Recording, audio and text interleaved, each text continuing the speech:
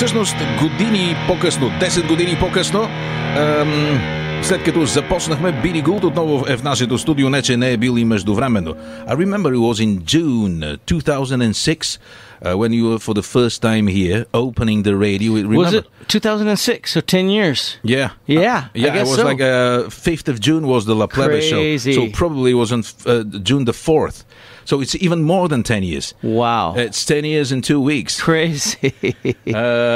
Do you see any difference here at the studio? Looks a lot more lived in, that's for sure. Like an old shoe. Yeah, that's because of the beer cooler. The beer cooler was it's a great addition. Страхотно допълнение към нашата атмосфера тук в студиото за тези 10 години е новия ни хладилник за бира. Билли Gould беше за първи път тук на 4 юни 2006 година. So many things happened to you and to your band ever since. Yeah. The album, the tour and stuff. Yeah. Obviously, I'm sure that a lot of people are asking themselves and probably ask you that question, will there be and when the next album after Sol Invictus? And I can completely understand why they would ask that question. It makes perfect sense. I really have no idea. I mean, really, I think that when we decide that we're going to do something, we're going to announce it together. I don't think it would be fair for me to say anything. Yeah. I mean, are there any songs that you wanted to be on that record, but you decided to pull them away? Yeah, we made more songs than we did, definitely. But yeah, I don't know. I mean, our relationship's very good, so I don't see why we wouldn't. But I just, I can't be the guy to tell you. Okay. След излизането на Sol Invictus и практически от това първо негово идване тук в нашето студио преди 10 години се случиха толкова много неща. Групата се събра, направи много концерти и турнета, издаде албума Sol Invictus. Знам, че много често ти задават този въпрос след 2015. Задават си и хората на себе си този въпрос и на теб ти го задаваш. Ще има ли следващ албум след Sol Invictus? Много добре разбирам защо задават този въпрос, но всъщност любопитно е това, че може и да има, но не мога да го кажа, защото сме се наговорили и сме се разбрали с другите момчета в групата, с които в момента сме в чудесни отношения, че когато това се случи, ще го обявим заедно. Има ли парчета, които направихте, но не влязоха в албума? Да, но пак по същата причина не мога да ви кажа. What is the song out of all these in the record that you love the most today? Like right now? Changes every day. That's why I said now. Sunday. Right now, I would say Black Friday is my favorite. On Sunday, it's 1, 2, 3, 4, 5, 6, 7. One thing, with a physical release of an album, which is not like a digital one, obviously, which track comes after the other is a very important thing. Right, that's right. Who choose the running order? And we did. It was very hard, actually, because there's a strange flow to the record that there's only one way it really works, and we had to. It took a lot of time, actually, to put songs together and make it feel right, and it took us about a week with each other, arguing and going back and forth until we all agreed. And they say the next with the digital releases has been the next big change after having just one side on the CDs like 20 years ago, because before it was side A, side B. That's right. Попитах го всъщност коя е любимата ти песен днес. Той каза Черния петък, въпреки че се сменят всеки ден, разбира се. Днес в неделя Black Friday е любимото му парче. Попитах го предвид факта, че в случай говорим за компакт диск, физически носител, а не дигитална търговия. Е интересно до каква степен всъщност се замислихте и колко време ви отне подредбата на песните. Той каза, в интерес на истината не беше никак лесно. Заедно го направихме, отнени близо една седмица всички предложения, защото всъщност потока и подредбата е изключително важна. Ето го това парче. Here's the song. Black Friday.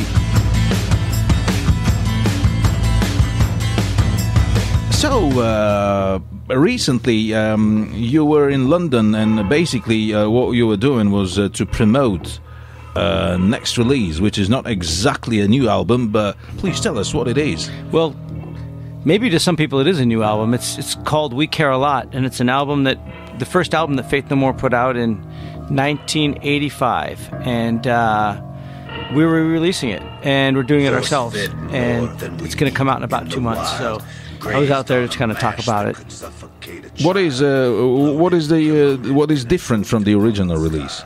Well, if not everybody knows, we had a different singer. Mm-hmm. Jim Martin was playing guitar, but he just joined the band. We'd had a few guitar players before that, and it was the first thing. It was originally a demo tape, and we decided, we'd go to a really nice studio and try to make it sound good. And maybe if it sounded good, we'd get a recording deal out of it. We were just kind of this, because nobody liked us back then. And we recorded this thing, and we got signed in a week. Really? Yeah, it worked. The scam worked. And the funny thing also is that we weren't even going to re-release this record, except I was cleaning my basement in my house, and we found the master tapes. My wife made me clean the basement, and we found them, and it's like, oh my God, we forgot that I had the master tapes there. So we did a new mastering for it, and it sounds better than the original one, I think. So we're happy to put it out. Всъщност сега през август излиза преиздарие на първия албум на Fate No More, We Care A Lot. Може би има и хора, които не си спомнят, че ние тогава бяхме с друг певец. Всъщност Джим Мартин точно се беше присъединил към групата. Преди това бяхме имали много други китаристи. Всъщност влязохме в едно хубаво студио, искахме да направим впечатление на някой лейбъл и записахме практически демо, което само седмица след това ни донесе договор и той излезе. В интерес на истината не сме мислили да го преиздаваме, но открих съвсем случайно оригиналните мастер тейпове, лентите, защото жена ми ме накара да почистя мазето и го открихме. Открих го там и всъщност решихме да го преиздадем. Според мен сега звучи много по-добре. What would be the releasing campaign, marketing campaign? Is it are you gonna play some stuff with of the record live, or? It's possible. I mean, Chuck, our old singer, is doing a tour right now in the States, and he's doing a bunch of shows, which is kind of interesting. Is he playing? Is he singing some of this Fate No More stuff? Oh yeah. Is this a legal but he's problem? doing it with no problem at all. Mm-hmm. But he's doing it like with just his acoustic guitar. It's not quite the same thing without bass and drums. And for sure, keyboards. yeah. I'm trying to figure out how We Care A Lot. Yeah, exactly. How do you do that? I don't even know. I haven't heard it yet. But it would be cool to do some stuff with Chuck. Just also because we really did spend a lot of time touring together. And I might get nightmares from it now and then, but I still think it'd be kind of cool to revisit. Всъщност, каква е рекламната стратегия свързана с излизането на този албум? Ще има ли концерти или нещо такова? Всъщност може и да има. Любопитно е, че нашият певец от това време, Чек Моузли, прави в момента турне в Щатите, като пее и парчето от този албум. Има ли проблем с това от ваша страна? Не, в никакъв случай, каза Бири. Но всъщност той го прави акустично, така че не звучи изобщо по този начин. Дори не можем да си представим и двамата как звучи We Care A Lot без бас и барабари. Ще видим. Всъщност ние с него сме изкарвали страшно много време на турне. Наистина ще бъде забавно да го чуем. Let me play this song from the very beginning. Okay. Basically, I would say that, surprisingly or not, but every time we do something related to Fate No More here on the radio, we use exactly this song, even though it's not the singer that you used to play with. So every Fate No More week we start with the original bass riff. All right. Please tell me, with you being the head of Cool Arrow Records, how do you see the industry changing a lot these days? Plus all the marketing benefits that you may have through Facebook and stuff? It changes so fast and all the time. I mean, the way we looked at a release like this, it was there's a lot of fans that Faith No More has that don't even know about this record. So we just thought it was important that we can make it available and make it sound as good as possible. As far as marketing goes, well, I mean, my distributor in London is called PS, and they do a lot of stuff like, and they're changing their tactics all the time. Played against Sam, exactly. They're constantly, doing things differently all the time. It's a changes every month. They're pretty strong. Yeah, yeah, very. they're very supportive too. So it's really kind of a cool combination, I think. Когато всъщност да излезе албума и сега това всъщност имаше едно дълго време, в което Бири наистина беше музикант, продължаваше да свири, но създаде и своята фирма Cool Arrow Records. Практически сега, мислиш ли, че нещата в индустрията много се промениха за последните години и всъщност по какво помагат, примерно, такива неща като Фейсбук за маркетинг и така нататък? Бири каза, нещата всъщност се променят всеки ден и тази изключително силна фирма, която пое нашето разпространение P.I.A.S. чували сте ги, Play It Again Sam. Всъщност те са изключително готини и винаги мислят различно и практически наистина се адаптират бързо към това. Много са силни, правят всъщност точно това, от което практически имаме нужда. Did you re-record anything? Or it's just mixing the original tapes? Okay, so what we did, we had the original tapes and we remastered those. So yes, that's the identical mixes, but sounding a bit better. We had some live songs from that period of time that we're putting on, and also we have demo tapes from that we made before we made this recording, from the 8-track recording. So it's kind of a real more primitive version of the songs that we were doing back then. And one more thing we have is I found the multi-tracks that we had for this record. So I gave Matt Wallace, the original producer guy, 3 songs and said, if you could mix them again, what would you do? And so he just made his own mixes of these songs in 2016 from a record from 1985. Just kind of a cool thing to do, to see what the difference would be. But you didn't re-record any parts? No re-recording anything. Nothing. Okay, no, because it has its own character. It's a certain period of time. It's a time capsule. We want to be respectful of that. Yeah. Всъщност това е като една капсула на времето, в която ние не сме презаписали нито една част. Това са оригиналните всъщност записи от това време. В изданието ще имате възможност да чуете и демо по-сурови неща, както и някои концертни записи от това време. Мат Уолъс, продуцентът от това на онзи албум от това време, практически след като открихме и мултитрак записите, му се обадихме и му казахме нещо, което си правил през 85-та, сега през 2016-та, как би ги смесил, и той смеси 3 парчета и всъщност се получи много добре. You produced the Soul Invictus album. Right. Was it the first time, basically, that you took the whole responsibility for Fate No More release? It is. Was it? I mean, I was kind of involved in album. Actually, I mean, all of the records, I was kind of involved in a production capacity, but never like this one. This one was everything. There was no recording engineers, only us. So, you know, we recorded this record in our rehearsal studio, not in a recording studio. And we didn't tell anybody we were doing it. So it was just me and the guys making the record. With nobody, not even my wife knew that we were doing it for a long time. And so when you do it that way, you have to do everything. And yeah, so I'm the I technical guy of the group, so I did it. Was it a hard thing to do? Really hard. I mean, if you knew how much effort it takes, would you start the whole thing? Well, I knew what I wanted to hear. So when you have a goal in mind, it's easier to do the work when you have a place where you want to be, because you're not going to be happy till it's finished. But it was very hard because we were not doing it in scientific conditions. We were improvising in a room that was not made to be a recording studio, and making it sound good was tough. Now, on the other hand, these guys in my band, I've been playing with them for over 30 years, and they know what they're doing better than anybody. So it's hard to get a bad recording when guys know how to play their instruments. So that way it was pretty cool. Всъщност въпросът беше, че той самият Бири Gould продуцира основно, т.е. единственият основен продуцент на албума Soul Invictus.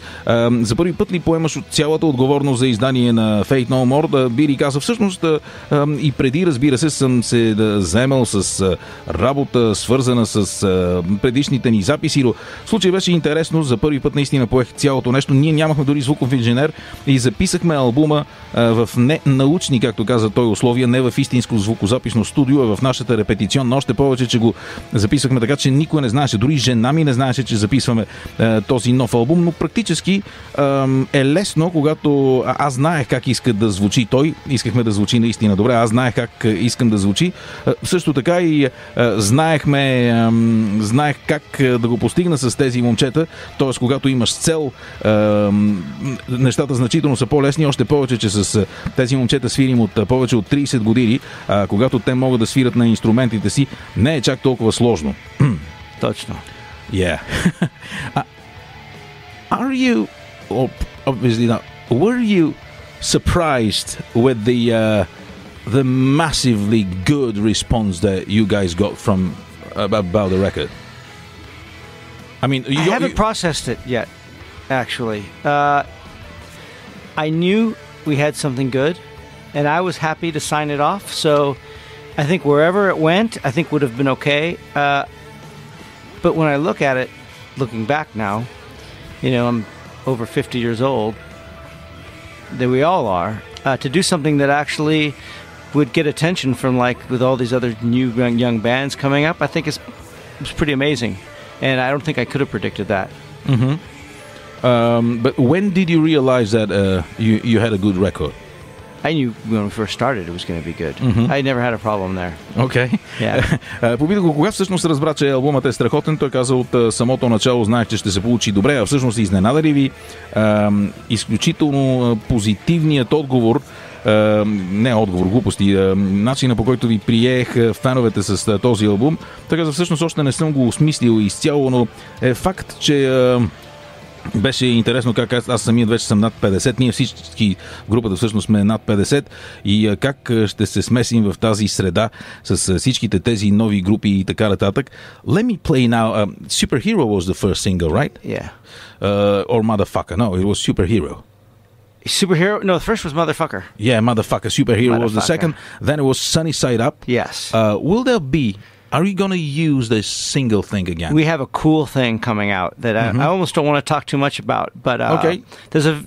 We're going to do a video to another song, and I like it a lot. The video or the song? The video. Well, both. I like the song, but I also we have the video because of, like, man, it's really too bad we never got a video to the song, and we're doing it. And even though it's a year after the record came out, we're still into the record because it's a visual song, and we had to give it good visuals. Mm-hmm. Okay, so it's one of the rest of these three songs, so it's easy probably to find it. Първият сингъл всъщност беше Motherfucker, след което Superhero, след което Sunny Side Up. Продължавате ли с синглите? Да, всъщност, но не ми се говори много за това.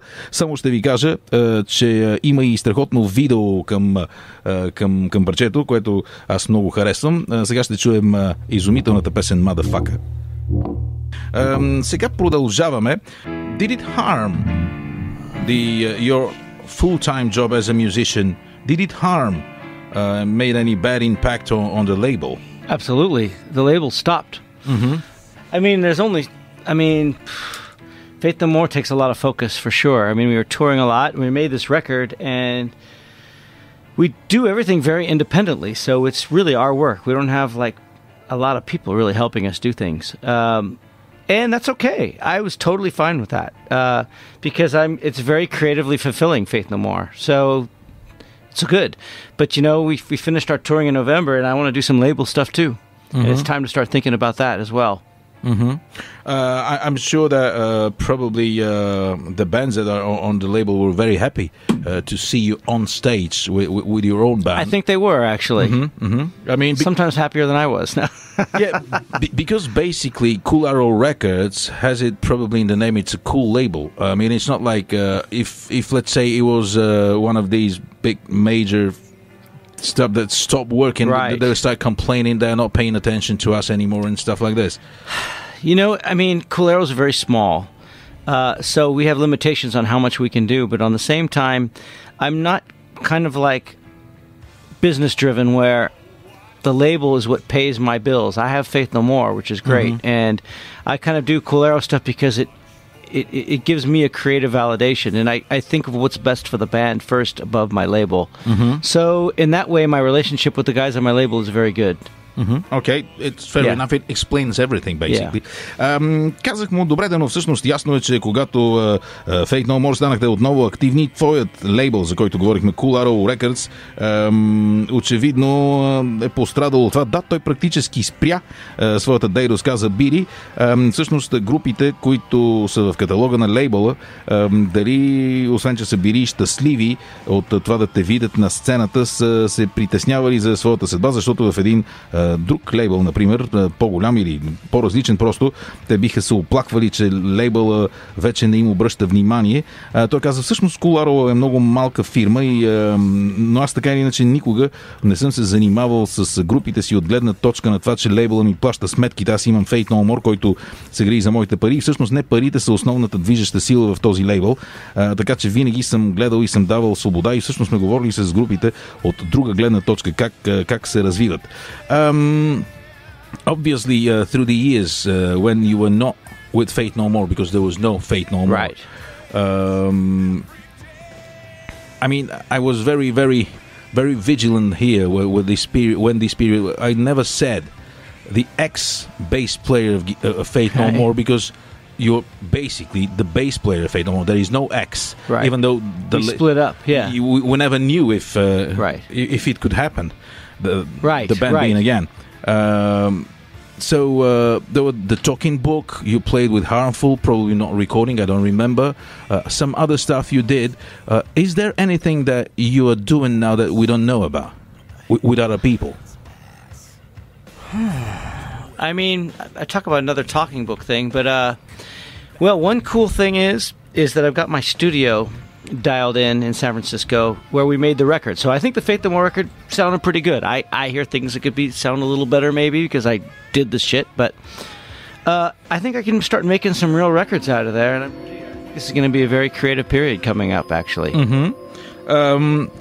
Попитах го, добре, в този период, в който практически Fate No More не съществуваха, и ние тук в радиото винаги сме се въздържали и сме били много внимателни да не използваме думата бившия басист на Fate No More, защото практически групата беше спряла да съществува, а той продължава да си е практически единственият басист на Fate No More. Така или иначе с всичките тези проекти, The Talking Book, записат даже един албум с Monkey от Korn и други неща. Всъщност, правиш ли нещо друго извън Fate No More, за което ние не знаем като музикант?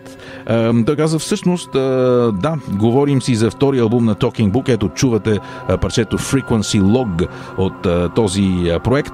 Но всъщност, хубавото е, че това студио, което сега имам в Сан Франциско, е студиото, в което записахме албума на Fate No More, така че ми се струва, че там могат да се случат много интересни неща, мога да запиша някакви интересни работи и така нататък. The only thing I'm sorry that we couldn't make this Tangra Mega Mullet Small Club Tour. I know, man. I know. All right, so thank you very much for you know that without you, probably spiritually, this radio would never exist. You're a big part of it. I'm happy to be part of it. So to me, this is the soul of Sofia. When I come here, this is where I hang out. So thanks again, and I'm gonna play now the Sunny Side Up thing. Please because, do. How did you like that video? Yeah. Okay. Няма да превеждам това. Благодаря ви. Това беше и краят на нашата радиопрограма. До чуване.